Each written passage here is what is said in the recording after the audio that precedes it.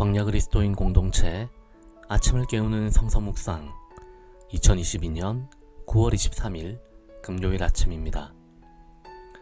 오늘 성서 본문은 사무엘하 3장 27절에서 39절까지 말씀입니다.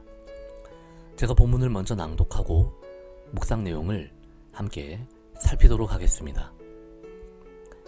아브넬이 헤브론으로 돌아오매 요압이 더불어 조용히 말하려는 듯이 그를 데리고 성문 안으로 들어가 거기서 배를 찔러 죽이니 이는 자기의 동생 아사헬의 피로 말미암음이더라.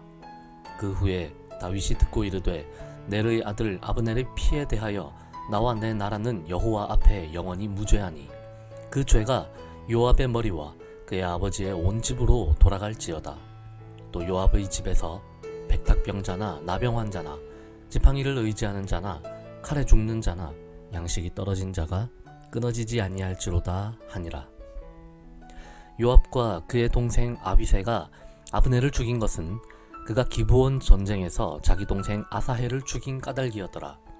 다윗이 요압과 및 자기와 함께 있는 모든 백성에게 이르되 너희는 옷을 찢고 굵은 배를 띠고 아브넬 앞에서 애도하라 하니라. 다윗 왕이 상렬을 따라가 아브넬을 헤브론에 장사하고 아브넬의 무덤에서 왕이 소리를 높여 울고 백성도 다 우니라.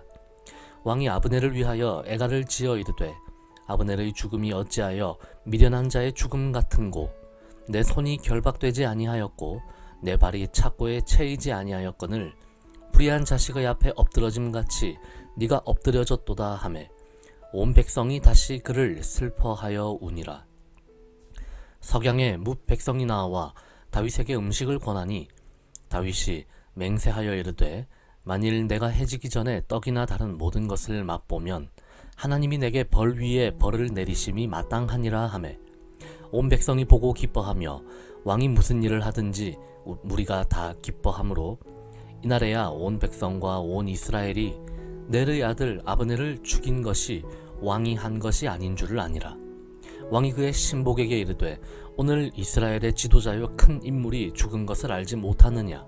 내가 기름 부음을 받은 왕이 되었으나 오늘 약하여서 스루야의 아들인 이 사람들을 제어하기가 너무 어려우니 여호와는 악행한 자에게 그 악한 대로 갚으실지로다 하니라. 아멘. 어제 본문에서 우리가 살펴본 대로 결국 요압은 자신의 정적이 될 아브넬을 죽이고 맙니다. 뭔가 밀담을 나눌 것처럼 유인한 후에 칼로 그의 배를 찔러 살해해버리고 말았죠. 오늘 본문에서는 요압이 아브넬을 죽인 이유에 대해서 아사헬의 죽음 때문이다 라고 설명합니다. 이전에 본 것처럼 아브넬은 남유다의 군대와 전투를 벌이다가 패배해 달아나면서 자신을 추격해오던 아사헬을 유인해 죽인 인물이기 때문입니다. 요압에게는 지금 남북 이스라엘의 통합이 조금 더 빨라져야 한다거나 이 땅의 평화가 어서 찾아와야 한다라는 그런 생각은 전혀 중요하지 않습니다. 그는 단지 자신의 동생을 죽인 이 아브넬, 그리고 자신보다 더 높은 정치적 지위를 가지게 될지 모르는 라이벌과 같은 이 아브넬을 죽여 없앰으로써 자신의 복수심을 충족시키고자 하는 마음뿐이었던 것이죠.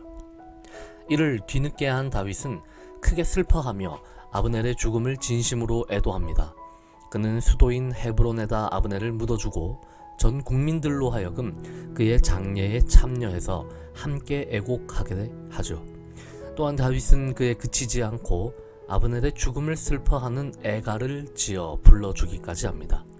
이것은 그야말로 한 나라의 왕이 죽었을 때에나 일어나는 대단한 예우였죠.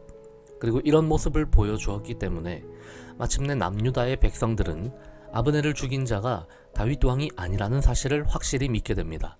그동안 아브넬 살인 사건의 제1용의자가 바로 다윗 본인이었기 때문입니다. 다윗이 아브넬을 애도한 것은 단순히 이러한 정치적 퍼포먼스만은 아닌 것으로 보입니다. 아브넬이 죽지 않았다면 그가 북쪽 백성들과 지파들의 마음을 다윗에게로 돌려와서 이스라엘 통일 왕국의 성립이 더 빨라졌을 것이 뻔합니다. 백성들 간의 전쟁이 일어나고 무고한 젊은이들이 죽어나가는 비극이 더 빨리 끝날 수 있었는데 요압의 사적인 복수극으로 인해서 평화가 다시 연기되고 말았다는 사실을 다윗은 더 슬퍼했던 것이죠. 다윗은 마침내 자신의 신복들에게 요압과 그 형제들이 형성하고 있는 이 강력한 세력에 대한 자신의 염려를 정직하게 털어놓았습니다. 스루야의 아들들로 불리는 이 집단은 남유다 안에서 가장 강대한 군사권을 가지고 있었고 다윗조차도 이들을 함부로 할 수 없을 정도로 그 영향력이 막대했습니다. 하지만 다윗은 나라의 안위조차 돌보지 않고 그저 자신들의 복수심 그리고 권력 욕망을 따라가는 이 요압의 무리가 언젠가 반드시 하나님께 심판받을 것을 믿었습니다. 다윗은 하나님의 공의를 신뢰한 것이죠. 그래서 요압의 무리에게 굴하지 않고 담대하게 그는 왕으로서의 공무를 이어가기 시작합니다. 우리가 세상을 살다 보면 악한 자들이 득세하는 것처럼 느껴지고 사악한 계략들이 언제나 성공하며 무고한 자들만 희생양이 되는 상황을 마주할 때가 참 많습니다.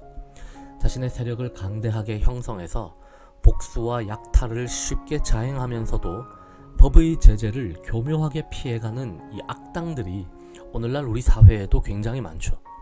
하지만 이런 세대 가운데에도 우리는 다윗이 보여주었듯이 하나님의 공의와 정의를 신뢰하며 또 그 의로움을 따라서 살아가고자 노력해야만 합니다.